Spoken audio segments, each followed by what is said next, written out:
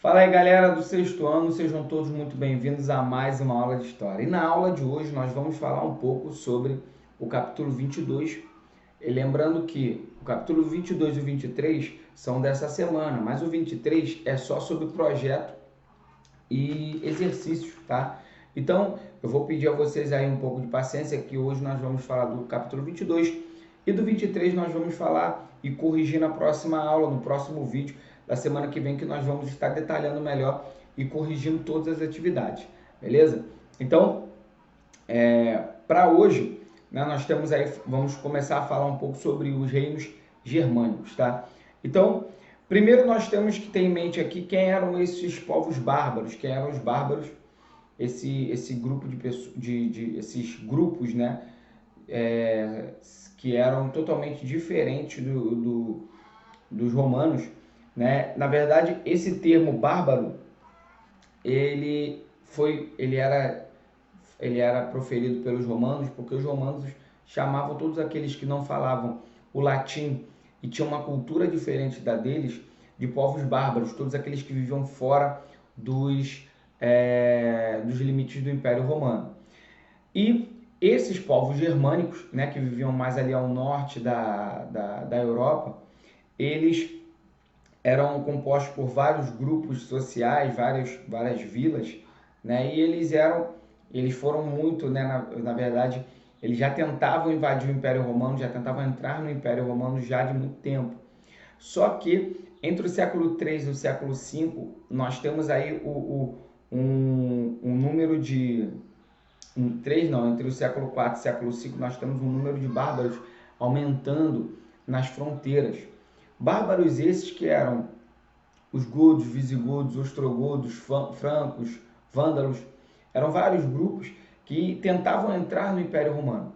Só que no final, já beirando o século IV, lá no meado do século IV, os hunos, eles começam, os hunos que eram um povo muito forte da Ásia, né, da região central da Ásia, eles estavam pressionando esses grupos, né, eles vinham pelo norte da Europa, estavam pressionando os, esses grupos dos vândalos, francos, enfim, eles estavam pressionando eles e eles começaram a entrar mais, eles começaram já a pressionar esses grupos e pegar eles, né, capturar eles também para fazer deles escravos. E eles começaram a fugir desse avanço dos hunos, né? Fora que também durante esse período, né, nós temos aí algumas inundações, secas em alguns lugares. Então, algumas regiões ali do norte da Europa começaram a sofrer diversos problemas também, alguns desastres naturais. Com o avanço dos hunos e os desastres naturais, eles começaram já realmente a pressionar o Império Romano para que eles pudessem entrar dentro do território romano. E com isso, né, nós temos também, além desse avanço dos bárbaros, né, desses bárbaros,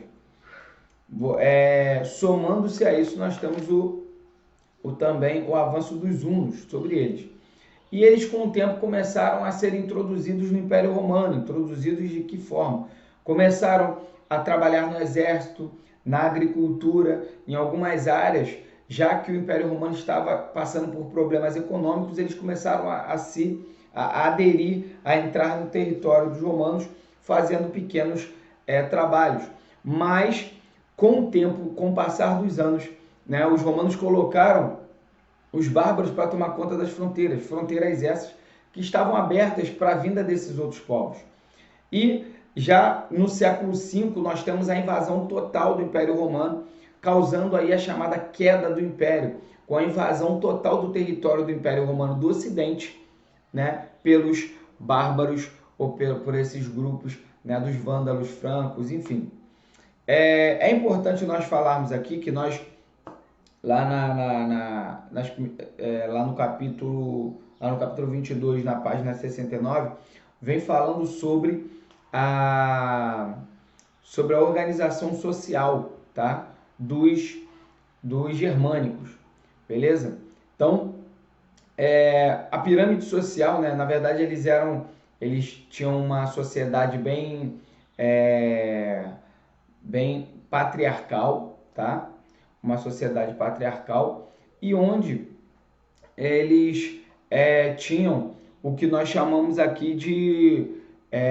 eles elegiam o rei, né, por meio de uma assembleia, tá? E a partir daí nós temos toda a sociedade. Aqui nós temos, na página 69, falando sobre o chefe ou rei, né, que era o líder militar e líder religioso escolhido pela assembleia permanentemente, e uma família de nobres.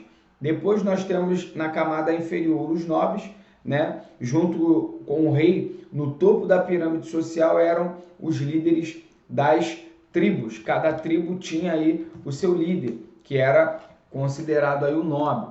Depois nós temos, na camada inferior, nós temos os homens livres, que pertenciam aos clãs, que eram os soldados, né, que eram os guerreiros, com o direito aí de expor sua opinião nas assembleias que eles faziam.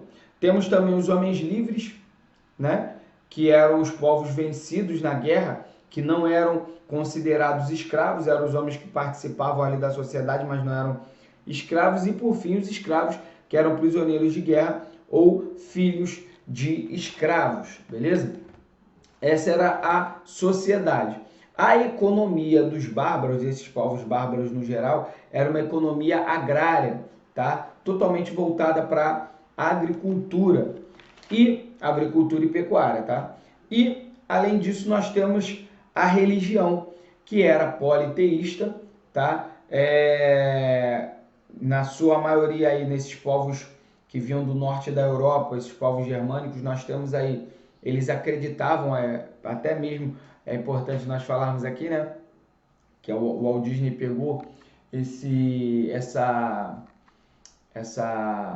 cultura, né, deles, essa religião, transformou em filme, né, como o Thor, né, Odin, enfim, o Odin, ele era considerado aí como o protetor de todos os guerreiros, né, o pai dos deuses, né, Odin. O Thor, que era seu filho maior, que era o deus do trovão, o seu filho mais velho. A Freya, Freya, que era a mãe conhecida como deusa mãe, né, que era a mãe do Thor, né, enfim. Vários deuses, né, que através desses deuses eles explicavam as forças da natureza e também as coisas que aconteciam no seu dia a dia, né, eles buscavam,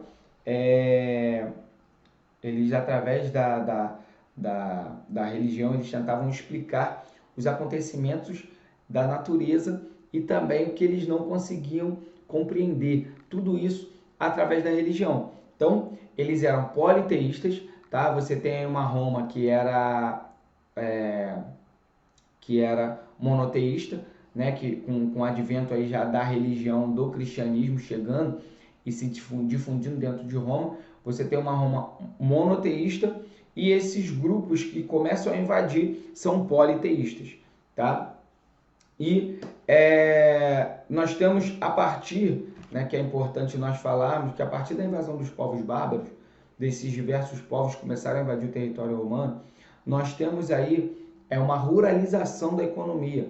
As pessoas passam a sair da cidade e fugir para o campo em busca de mais segurança, mais cuidado aí dos senhores feudais, dos grandes fazendeiros que viviam na Roma, e eles passam a buscar segurança a esses grandes fazendeiros.